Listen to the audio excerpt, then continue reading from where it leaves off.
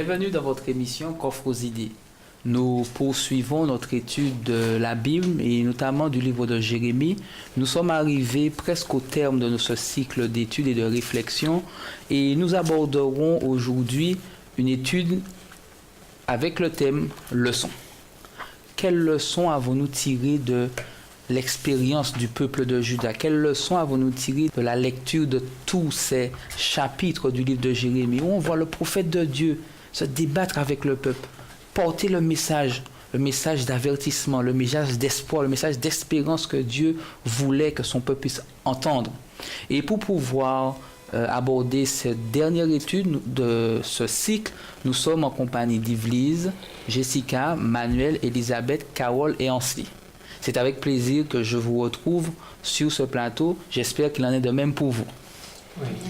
Bien entendu, avec le large sourire, nous allons porter de la réflexion sur justement quelques versets qui nous permettront de pouvoir tirer les leçons qui, je le crois, seront positives pour nous, mais pour ceux qui vont nous entendre et ceux qui nous écoutent.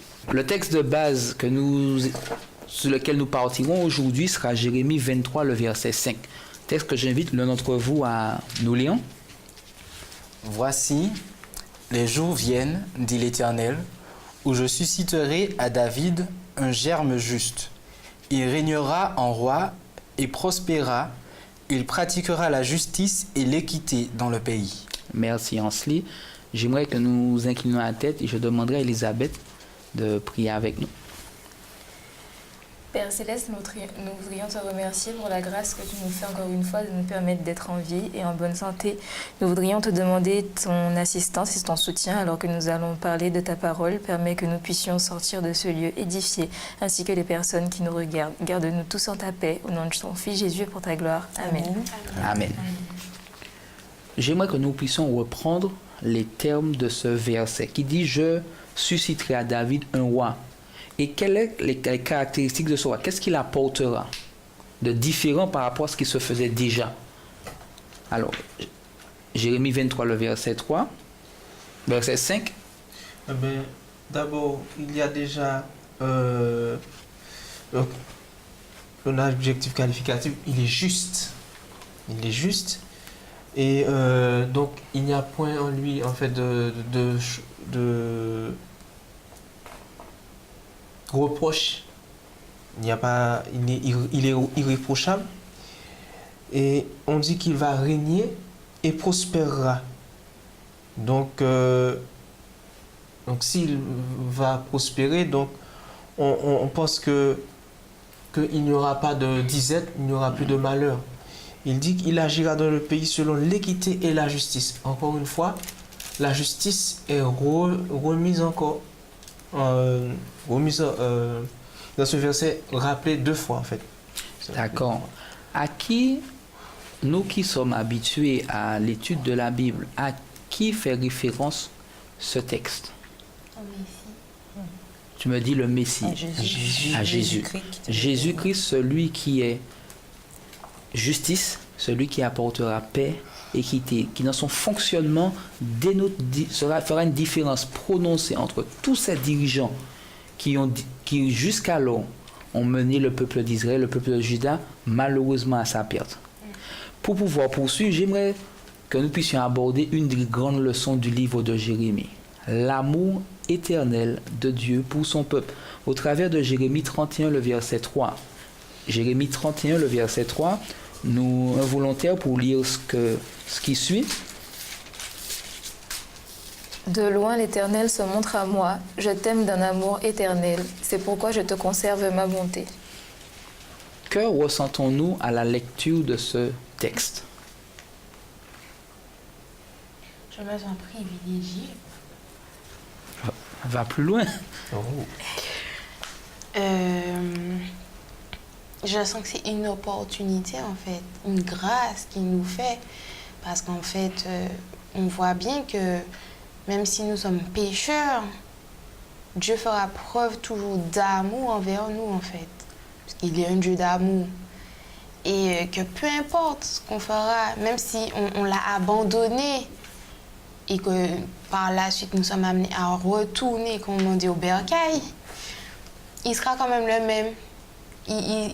Au contraire, parfois même, il pourra même faire preuve d'encore plus d'amour envers nous. D'accord, merci Jessica. Est-ce que l'un d'entre vous souhaiterait réagir par rapport à ce verset? Justement, je pense que ce verset aussi nous montre à quel point l'amour de Dieu est invariable.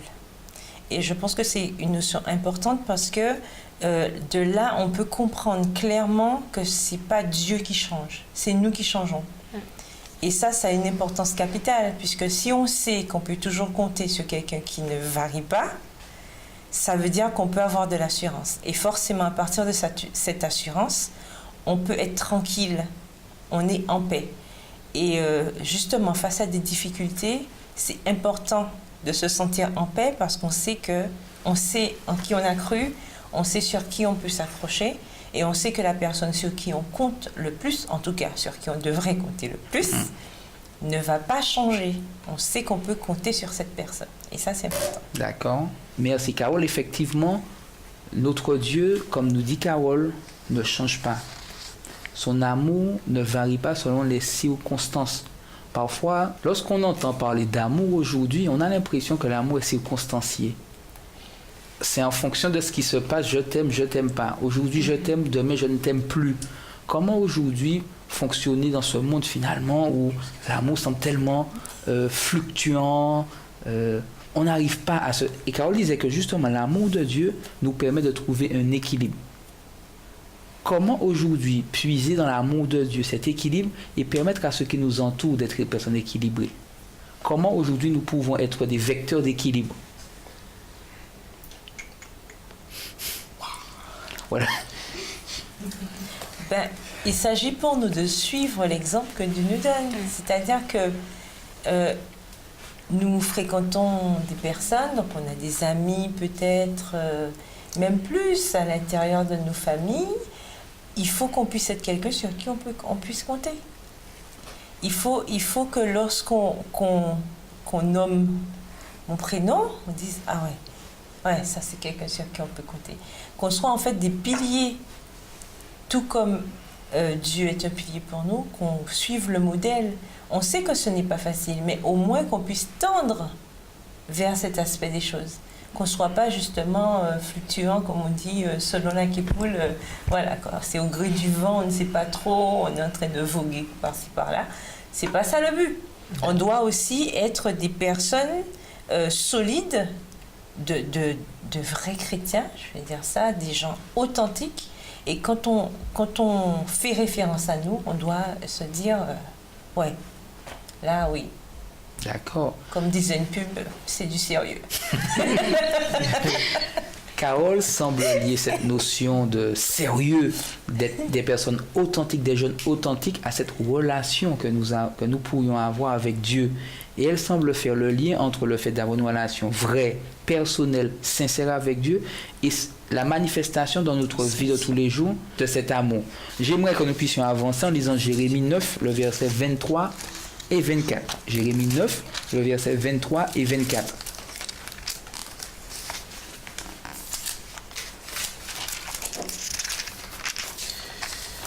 Celui qui veut se glorifier, qu'il se glorifie de ceci, d'avoir l'intelligence de me connaître, moi qui suis l'Éternel, qui agis avec bienveillance, qui exerce le droit et la justice sur la terre.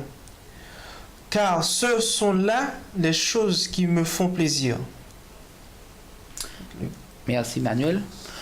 On se rend compte par rapport à ce texte que l'objectif, Dieu souhaite que celui qui finalement vive le reconnaisse comme Dieu, l'accepte dans sa vie et comme disait Carole, lui soit soumis. Aujourd'hui, nous sommes au clair sur l'intérêt d'avoir une relation permanente avec Dieu. Mais comment un jeune peut-il développer cette relation authentique et vraie avec Dieu? Déjà, comment peut-il connaître ce Dieu, apprendre à connaître ce Dieu? Parce que le texte nous dit que celui qui se glorifie de me connaître. Comment un jeune peut-il connaître Dieu et ensuite développer au quotidien cette relation avec lui? Déjà, connaître Dieu, c'est lire sa parole. Si on ne lit pas sa parole, on ne peut pas le connaître vraiment. de façon authentique, voilà. Après, Dieu intervient justement quand nous mettons en place cette relation avec lui. Donc la relation peut commencer de façon minime. Dans notre vie de tous les jours, par exemple, on peut commencer à juste lire un verset de la Bible. On ne demande pas de décrocher la lune ou j'en sais trop rien. Pour connaître Dieu, Dieu ne nous demande pas vraiment énormément de choses.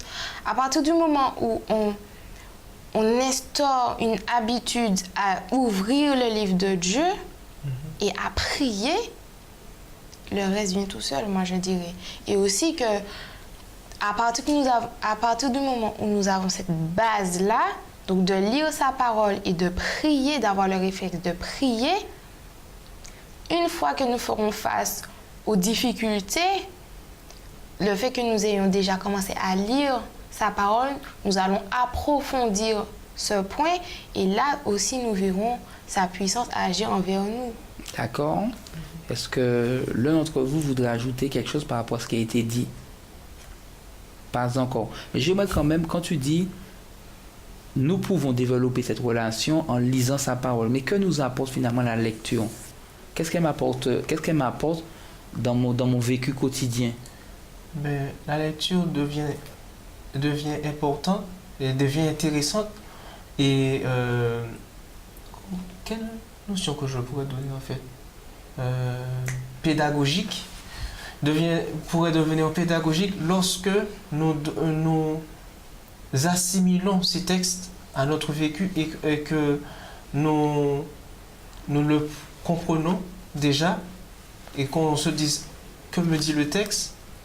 Ensuite, on essaie de l'appliquer dans notre vie.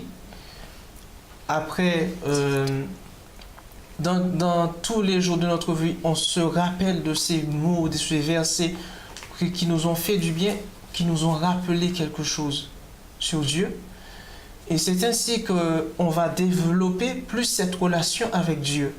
Parce que plus on aura compris, en fait, l'amour de Dieu, ce qu'il est, le caractère de Dieu, plus on va connaître Dieu. Et je pense que plus on va le connaître, ça va automatiquement refléter en nous parce que le fait, je donne l'exemple de Moïse, le fait que Moïse était tout le temps en connexion avec Dieu, on a pu voir que c'était un homme patient. Même quand Dieu disait que je vais effacer ce peuple, Moïse a quand même plaidé pour la cause de ce peuple, pour que ce peuple ne soit pas éliminé. Donc je pense que plus on passe du temps avec Dieu, plus on va le ressembler.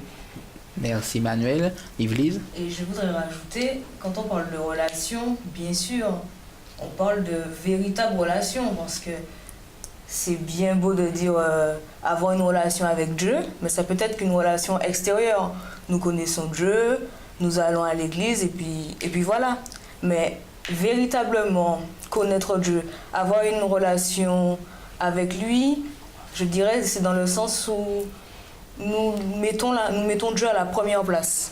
C'est lui qui a la priorité dans notre vie. Et c'est une relation, je dirais même, qui vient du cœur. Voilà. D'accord. Et à l'exemple que, comme tu posais la question, comment on peut influencer d'autres jeunes aussi, je crois que c'est pas l'exemple. Parce que je me rappelle d'une situation que nous avons vécue, mon mari et moi, cette semaine. Alors ça se passe sur le bord de la route, donc il y a un chantier et tout, et sans faire exprès, la voiture est passée sur une truelle, je crois une truelle. Une truelle. Voilà, une truelle. Et en fait, donc il y a un des hommes qui était là, donc on s'est arrêté.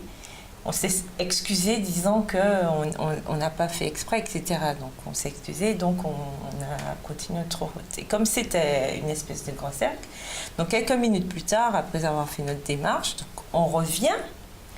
Et puis il y a le gars qui nous arrête à nouveau pour nous rappeler, ah oui, vous avez cassé ma truelle, etc. Donc en fait, quand ça a commencé, la truelle était juste corvier.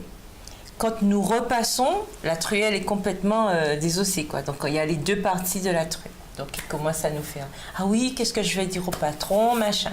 Après, dans la même conversation, il nous dit « Ah oui, oui, oui, mais finalement, c'est moi qui achète ma truelle et tout. » Donc, alors moi, je lui dis « Mais qu'est-ce que je vous donne des sous ?» Alors, il me dit « Ah non, la truelle coûte 40 euros. » Alors, nous, notre souci, ça a été de voir qu'il était avec un autre ouvrier et puis il y avait un jeune avec eux.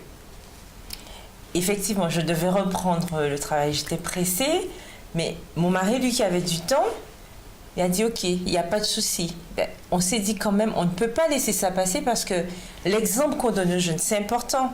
Et puis, il y avait comme de toute évidence, il y avait une malhonnêteté là, naissante, mais claire, quoi. Une truelle à 40 euros, donc il n'y a pas de souci. Donc, effectivement, mon mari m'a déposé. Il revient et dit je vais vous acheter une truelle. Il n'y a pas de souci. Donc tout de suite, il me dépose, il achète la truelle et il revient. Et il me dit que le visage du gars était complètement déconfit parce qu'il ne s'attendait pas à ce qu'on revienne. Donc il revient, il lui donne justement la facture pour lui montrer. Ben voilà, les 40 euros, on en est bien loin. Voilà une truelle neuve. Pour montrer qu'en fait, et je crois qu'on parlait il y a quelque temps d'injustice et de situation. Est-ce qu'on a le courage justement de braver des situations d'injustice, mais flagrantes? C'est un exemple là. Parce que forcément, le jeune qui est là, il voit que en situation, on doit toujours être honnête, même si on ne connaît pas quelqu'un, parce qu'on ne sait jamais à qui on a affaire. On ne sait jamais. Et surtout que ce monsieur, il disait « Ah, n'oubliez pas que on ne sait jamais, demain, on ne sait jamais. » Donc en fait, dans l'injustice, il ajoute encore... Tu dis « Mais non, en tant que chrétien, on ne peut pas laisser ça passer. » Donc, en tant que chrétien, moi aussi, je vais te montrer que ok, tu es chrétien, mais il y a encore plus chrétien. Donc on va voir. Et au final, c'est une leçon pour peut-être lui, mais une leçon pour la personne qui regarde. Et ce petit jeune, c'est sûr qu'il a appris quelque chose, parce que c'est pas parce qu'on ne connaît pas quelqu'un qu'on doit faire preuve de justice. Et même avec des gens qu'on ne connaît pas, on peut aussi porter un élément de netteté, de sincérité, on ne sait jamais quel grain on a planté et qui peut perdurer. Donc ça aussi, l'exemple passe aussi par là. Et c'est vrai que c'est important ce que Carole dit, cette notion de valeur dans notre vie. Nous avons Dieu, la marche avec Dieu nous pousse à avoir des idéaux élevés. Et si finalement les actes que nous posons n'ont rien à voir avec ce que nous croyons être vrai, alors il y a un problème. Parce que la relation avec Dieu me pousse, par exemple, même quand je sais qu'il y a une injustice, à acheter une tuile. Même quand je sais que parfois l'autre n'est pas sincère, la présence de Dieu dans mon cœur, dans mes entrailles, dans ma vie, me pousse à agir différemment que le positionnement qu'auraient les uns et les autres. Me pousse à ne pas rompre des relations avec une amie, avec un collègue ou autre, parce qu'il m'a fait quelque chose qui, oui, est inconcevable, mais l'amour de Dieu et la présence de Dieu dans ma vie me permet d'aller de construire des ponts, de réparer les ponts. Et je crois que c'est ce que nous permet de comprendre le livre de Jérémie. La lecture de la Bible, justement, nous donne des exemples de l'amour de Dieu présent pour nous, mais de ce Dieu qui constamment cherche à reconstruire. Et nous aussi, nous sommes appelés à être des jeunes, des hommes, des femmes qui reconstruisent. J'aimerais qu'on puisse parler d'avenir et d'espérance, parce que ça aussi, c'est le sujet du livre de Jérémie. Oui, désolation, parce que le peuple est allé trop loin. Oui, désolation, parce que le peuple a subi les conséquences de ses actes, mais espérance et avenir. J'aimerais qu'on puisse lire Jérémie 29, le verset 11 jusqu'au verset 13. Jérémie 29, verset 11 jusqu'au verset 13.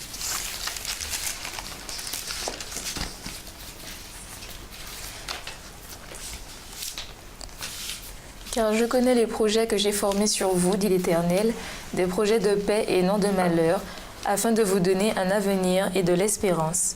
Vous m'invoquerez et vous partirez. Vous me prierez et je vous exaucerai. Vous me chercherez et vous me trouverez, si vous me cherchez de tout votre cœur. Merci. Rappelons-nous les circonstances dans lesquelles ce texte, cette déclaration a été faite. Dans le contexte d'un courrier envoyés aux captifs du peuple de Juda à Babylone. Ils sont en déportation et Dieu leur envoie ce message. J'aimerais vous poser cette question. Est-il possible de vivre heureux dans un monde bouleversé, dans un monde où nous sommes bousculés? Oui. Évidemment. Alors, vous me dites La preuve, évidemment. nous le sommes. C'est ça. Alors, comment se traduit finalement cette vie parmi tout ce tumulte où on ne se laisse pas submerger par les difficultés? Parce que déjà, nous avons une espérance. L'espérance, c'est le retour de Jésus. Nous savons que nous sommes sur terre, que nous avons une mission. Mais au-delà de tout ça, nous savons que normalement, enfin, pourquoi je dis normalement? Nous savons que Dieu revient et que notre objectif, c'est le ciel. Après, nous sommes sur terre. Terre égale péché, bien sûr. Mis à part les épreuves que nous avons, comme je le dis, on peut être submergé par la tristesse, la colère, toute autre chose. Mais il ne faut pas oublier que nous sommes humains, nous avons des ressentis et nous avons aussi des sentiments. Même si Dieu est dans notre vie, mais nous passons aussi par des étapes sentimentales. Donc, au-delà de tout cela, quand nous prenons toujours avec ce recul, je dirais, avec le temps, on comprend ce que Dieu veut nous montrer. Mais sur le coup, parfois, on n'a pas ce réflexe, en fait. De tout de suite, on pense à Dieu. Non, on veut toujours incriminer quelqu'un, alors que normalement, c'est nous la première personne à incriminer. Et justement, en ayant Dieu dans notre vie, nous voyons déjà les choses autrement. Donc, forcément, nous le vivons différemment. Par la suite, nous avons notre objectif. Donc, au final, ça ne donne pas la même chose. D'accord. Est-ce que l'un d'entre vous voudrait ajouter quelque chose par rapport à ce que Jessica vient de nous dire? Moi, vas-y. Je pense qu'on vit heureux aussi par rapport à l'amour qu'on se donne les uns les autres déjà, et l'amour, le fait de rendre service aux gens qui sont dans la société, qu'ils soient adventistes ou non, c'est-à-dire que on va passer, et personnellement, si je passe dans la rue et qu'un SDF me demande 2-3 euros, etc., ben, ce serait un plaisir pour moi de lui donner de l'argent et par ailleurs de transmettre un petit peu d'amour, un petit peu de tout ce que je peux donner en fait. Et de personne en personne comme ça, je pense que c'est tout cet amour qui revient finalement vers nous et c'est pourquoi on est un petit peu plus heureux. D'accord. En parlant de cela, ça me rappelle une expérience que j'ai vécue. Il y a quelques semaines de cela, j'étais pas dans mon assiette parce que j'avais eu un contretemps fâcheux à l'école, ce qui m'a pas fait du bien et j'étais dans mes pensées, mais franchement, je marchais, mais mon esprit était ailleurs. Et en marchant, je me suis dit, bon, Seigneur, c'est pas possible, je suis en train de parler comme Jérémie, pourquoi je vis ça, et puis à un moment donné, j'ai vu une femme, mais âgée, qui tirait la pauvre sur une chaise roulante, en plein centre-ville à Fort-de-France avec un petit caniche. Elle passe devant moi. Alors je me suis dit, bon, qu'est-ce que je fais? Je continue ma route. Et puis je fais comme si de rien n'était. Regarde-moi à mon problème ou je regarde à celui qui a le plus de problèmes que moi. Ben, chose que je n'ai jamais fait, hein. Je lui ai demandé, excusez-moi madame, je peux vous aider? Alors moi j'étais réticent parce que je savais même pas si elle allait me répondre. Elle me dit, ben oui bien sûr. Et puis je l'ai conduit. Elle m'a dit, mais je vais par là, mais ça ne va pas vous déranger. Je lui ai dit non, si je peux vous amener à bon port, il n'y a pas de souci. Je ne vais pas vous laisser en plein centre-ville avec toutes ces voitures-là qui passent là. Laissez-moi vous conduire. Ah, vous êtes gentil, hein? On voit bien que vous êtes un enfant de Dieu. Ça m'a fait vraiment du bien. Le simple fait qu'elle m'a dit ça. Qu'elle me dit ça. Et je me suis dit, mais... Et voilà, je suis en train de passer là à côté. J'ai mon problème, mais j'ai mes deux jambes. La dame, elle n'a pas ses jambes. Elle est en train de pousser sa chaise roulante. Et elle me dit que Dieu te bénisse. Je me suis dit, mais Seigneur, c'est ça la vraie paix. C'est pas lorsque tu es dans le confort ou lorsque tout va bien que tu vas dire, ah Seigneur, tu es bon. Mais c'est dans les moments les plus difficiles et que tu peux quand même faire quelque chose de bien. Et la simple fait que tu as laissé de côté ton problème, tes soucis pour aider autrui, c'est vraiment gratifiant. Et Jésus a donné en fait l'antidote contre le stress. C'est Le service. le service. D'accord. Et nous comprenons, a dit Carole. Oui, non, je voulais juste ajouter que je rejoins tout à fait ce que vous avez dit. Et en plus, je me dis que la joie vraiment pour nous, c'est de connaître Dieu. Pour moi, je trouve ça extraordinaire. Moi, je trouve que Dieu, c'est quelqu'un d'extraordinaire. Et il y a deux phases, deux histoires de la Bible. Même quand je passe par les pires complications, je me dis l'histoire de Job et l'histoire des compagnons de Daniel. Voilà deux histoires qui m'ont toujours marquée et qui me soutiennent dans les moments difficiles. Parce que je me dis qu'il y a toujours pire que toi. Il y a toujours pire que toi. Il y a toujours pire que toi. Et tout ce qu'on voit autour de nous, les actualités, quand nous sommes dans la rue, on conduit, tout autour de nous nous montre que nous avons fait le bon choix. Et qu'en dehors de Dieu, il n'y a rien d'autre. Et à partir du moment où on garde ça comme leitmotiv, mais on a toujours la banane, on a toujours le sourire. Pourquoi? Parce que, mais on sait en qui on a cru, on sait que, mais rien, comme disait Paul, ne pourra me séparer de l'amour de Jésus, parce que je suis dans le bon camp. Alors tout ce qui se passe autour de moi, mais c'est rien, parce que Dieu est là, j'ai la solution, j'ai le Graal. Donc à partir du moment où j'ai ça en moi, mais rien ne peut m'ébranler. Et ça, mais il faut que ce soit une conviction. Pour qu'on ait cette joie perpétuelle, parce que ça fait aussi partie du fruit de l'esprit que nous devons développer, on doit justement l'appliquer. Et justement, comme tu disais, mais c'est en ayant ces expériences-là que ça peut devenir une réalité dans notre vie. D'accord. Et d'ailleurs, n'est-ce pas le souhait de Dieu que nous soyons convaincus qu'il est présent avec nous? Le texte que nous avons cité précédemment et que j'aimerais que nous puissions prendre alors que ce temps d'échange, nous arrivons au terme, alors que ce cycle d'études nous arrivons au terme, que nous gardions en tête que Dieu a formé pour nous des projets de paix et non de malheur. Que Dieu nous dit, je vous m'invoquerai Je vous répondrai. et vous m'invoquerez, je répondrai. Vous prierez, je vous exaucerai. Vous me chercherez et vous me trouverez. Si vous me cherchez de tout votre cœur, je me laisserai trouver par vous. Le livre de Jérémie, c'est l'assurance et la garantie que Dieu se laissera trouver, quelle que soit la situation dans laquelle nous serons. Si nous le cherchons. Si nous le cherchons véritablement. Mais nous sommes aussi appelés, tout comme Jérémie, à inviter les uns et les autres à le rechercher et à le trouver. C'est par ces mots que nous mettons fin à notre cycle d'études sur le livre de Jérémie.